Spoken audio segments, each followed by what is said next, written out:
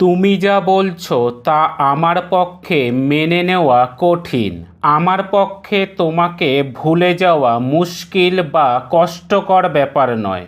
অথবা তোমার পক্ষে বা তোমার জন্য কি এই কাজটি করা মুশকিল? ভিউয়ার্স, দৈনন্দিন জীবনে এই ধরনের বাংলা বাক্য আমরা শুনে থাকি বা ইউজ করে থাকি, যেখানে মুশকিল, কঠিন, কষ্টকর ব্যাপার, কষ্টসাধ্য ব্যাপার অথবা শক্ত এই কথাটি থাকে।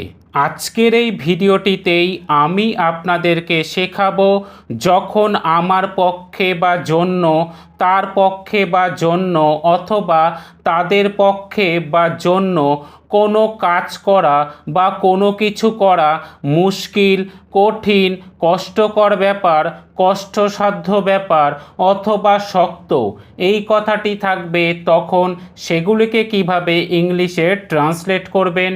তার আগে আপনি যদি এই চ্যানেলে নতুন হয়ে থাকেন, তাহলে এই ধরনের আরও ইনফরমেটিভ ভিডিও পাওয়ার জন্য চ্যানেলটিকে অবশ্যই সাবস্ক্রাইব করবেন। আজকের এই ভিডিওটিকে আমি 3টি পার্টে ভাগ করেছি। প্রথম পার্টে রেখেছি যখন এই ধরনের বাংলা বাক্যগুলি, অর্থাৎ যেখানে কোনো কিছু করা বা হওয়া মুশকিল, কঠিন, কষ্টকর বিষয়, কষ্টসাধ্য বিষয় অথবা শক্ত এই বিষয়গুলি যখন অ্যাফার্মেটিভ ফর্মে থাকবে, তখন সেগুলিকে কিভাবে ইংলিশে ট্রান্সলেট করবেন। সেকেন্ড পার্টে রেখেছি নেগেটিভ ফর্ম এবং থার্ড পার্টে রেখেছি ইন্টারোগেটিভ ফর্ম। প্রথমেই বলবো, এই ধরনের বাংলা বাক্য যখন অ্যাফার্মেটিভ ফর্মে থাকবে, তখন সেগুলিকে ইংলিশে ট্রান্সলেট করার সময় আপনাদের একটি স্ট্রাকচার ফলো করতে হবে। সেটি হচ্ছে it's hard for plus subject plus to plus ভার্বের first form plus rest of the sentence. তাহলে কিছু এক্সাম্পলস দেখে নেওয়া যাক। তুমি যা বলছো তা আমার পক্ষে বা জন্য মেনে নেওয়া বা গ্রহণ করা কঠিন। It's hard for me to accept what you are telling me. তার পক্ষে ঘটনাটি সম্পর্কে বলা মুশকিল বা কঠিন। It's hard for him to talk about the incident. তার জন্য বা পক্ষে তোমাকে আবার বিশ্বাস করা শক্ত বা মুশকিল। It's hard for her to believe you again. এই বিষয়টি বোঝা আমাদের পক্ষে কঠিন বা কষ্টকর। It's hard for us to understand this topic.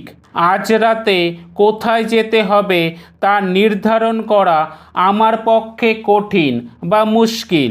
It's hard for me to decide where to go tonight. এই ধরনের বাংলা বাক্যগুলি যখন আবার নেগেটিভ ফর্মে থাকবে, তখন সেগুলিকে ইংলিশে ট্রান্সলেট করার সময় আপনাদের একটি স্ট্রাকচার ফলো করতে হবে। সেটি হচ্ছে it's not hard for plus subject plus to plus ভার্বের first form plus rest of the sentence. তাহলে কিছু এক্সাম্পলস দেখে নেওয়া যাক। এই কাজটি করা তার পক্ষে বা জন্য মুশকিল অথবা কঠিন নয়। It is not hard for him to do this work.